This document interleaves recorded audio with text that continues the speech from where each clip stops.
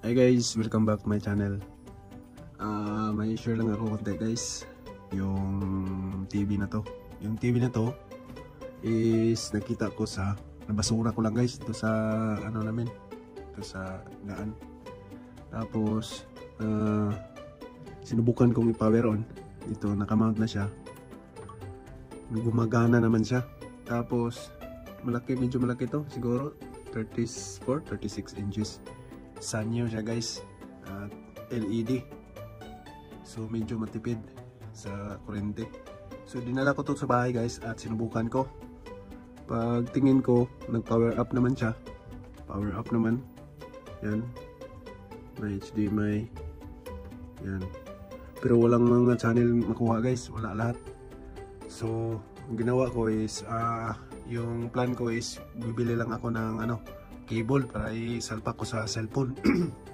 Pero sabi ko bibili ako ng try ko lightning cable to HDMI para magamit. So kala ko parang hindi naman dahil lang ko, cellphone lang ako titingin. So ngayon naisip ko guys na merong may internet na pala dito sa bahay. I-try ko itong subukan mag-stream dahil wala tong makuha na channel. Walang makuha na channel guys. Walang makuha na channel. Ano lang siya, nag-power up naman siya pero walang makuha na channel. Kasi walang signal. Siguro pag lagyan to ng antena, maka-pick up naman siguro to. Medyo may kalumaan na to guys. Sa tingnan ko sa likod is 2016 model. Pero gumagana pa naman. So ano na lang, nag-isip-isip ako, bibili na lang ako ng streaming device. At ito na yun. Ipakita ko kung anong lagay ko na streaming device para magamit to para manood tayo ng pelikula o mga movies. Okay guys, at ito na yung dumating na yung order ko. Ito na yun ang streaming device na ilalagay ko, Roku Express 4K. Ito yung gamitin ko guys, ilagay ko dyan para maka-stream siya through internet. Ito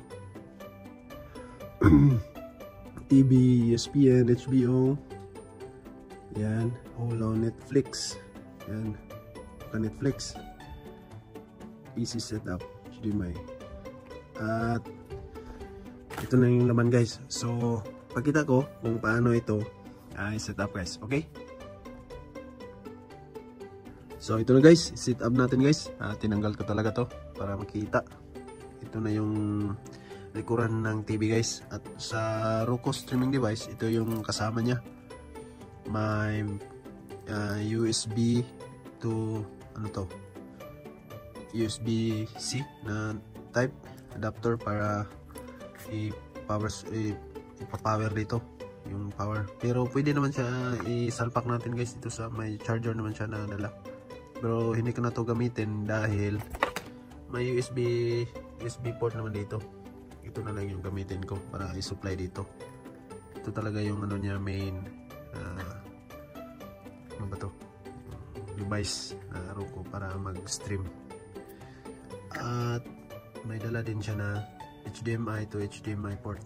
Dito ilagay yung HDMI. Okay. At ito supply. So isalpak muna natin guys kung gagana ba to. Okay? Try natin set up guys. Parang hindi ito mapasok Okay. Parang hindi mapasok guys.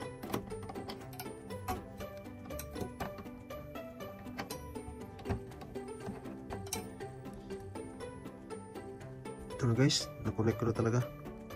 Power up na siya. At ito sa HDMI, napasok ko na dito. HDMI port, dalawa yung HDMI port niya. Pero sa HDMI port 1 nilagay ko. Tapos ito USB, ito yung supply. Subukan natin guys, i-set up to. Ito na siya. May remote din siya guys, no? May kasama siyang remote. Ito yung remote niya.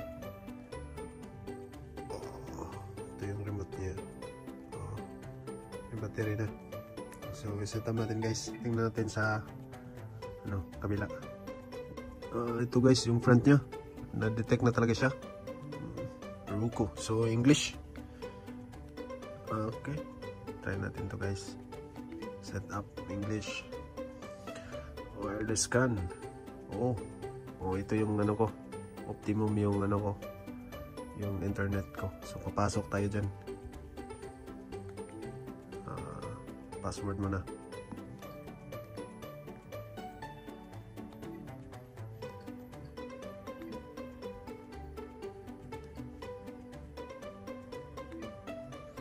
Okay guys, connecting na siya guys. In-input ko lang yung password.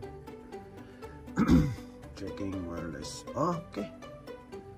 Okay, update available now. Your Roku player will get the latest software. Once the update is installed, it will restart automatically. Okay? Okay natin guys.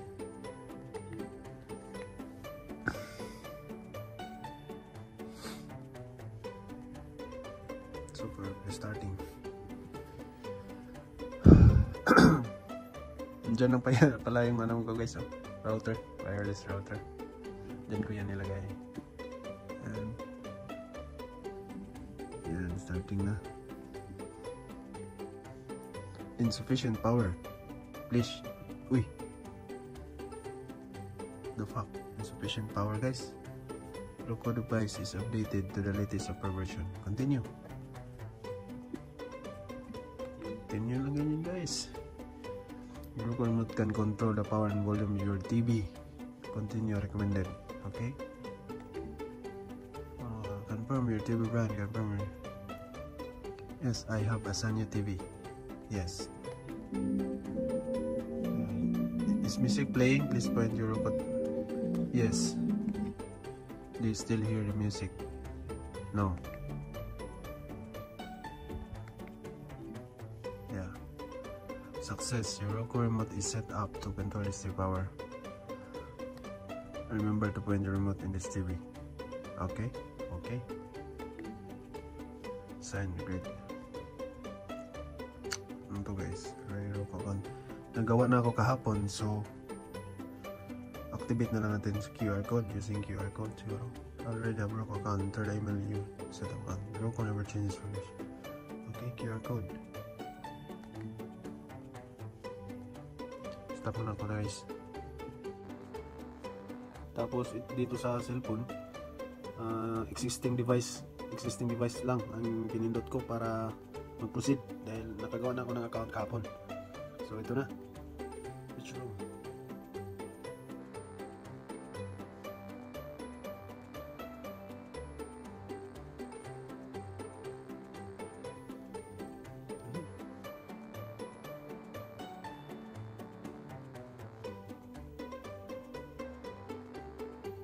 Continue.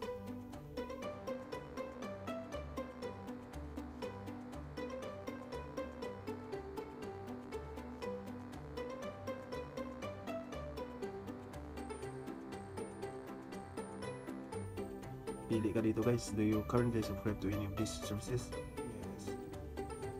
Wala.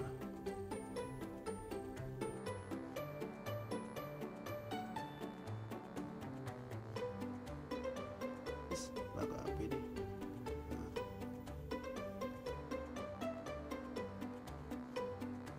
Continue siguro. Continue.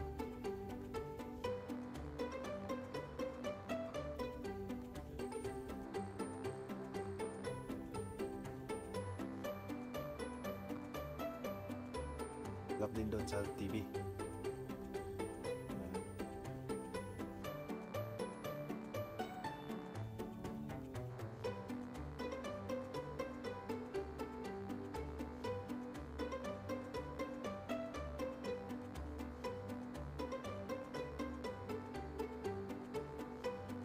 Siguro sa remote na.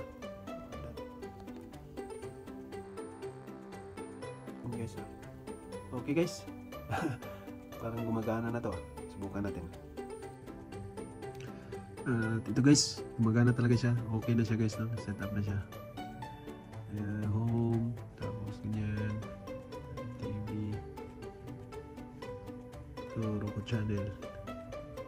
Ito, sa live.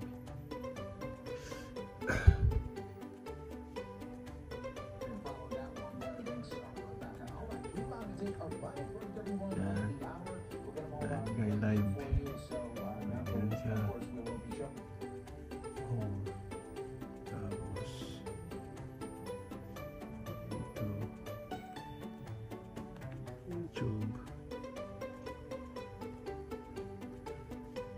Ganoon siya guys, mabilis naman mag-load.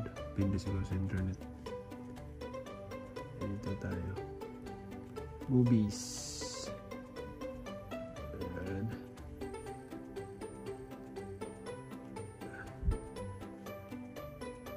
Free purchase dito sa free ads. Ang daming movies to guys. Hindi na matigil. Hindi pa ako nakasign in sa Netflix eh.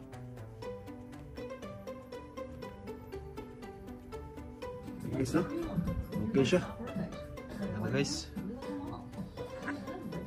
Nagamit ko pa yung nabasura na ano guys, TV. Okay guys, no? Maganda siya, di ba?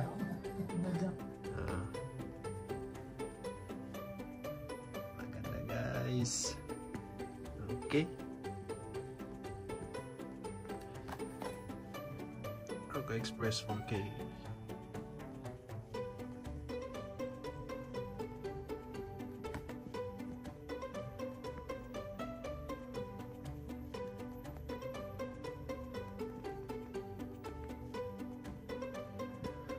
Okay guys, home. Medyo loading siya konti pero okay naman. So yun na lang guys, no? May voice control din siya guys. Pwede din siya voice control. Pindot mo lang itong phone. Tapos what's the weather update? Local update. Play Fox News. Yan. Ngita Fox. Okay. Play siya agad guys.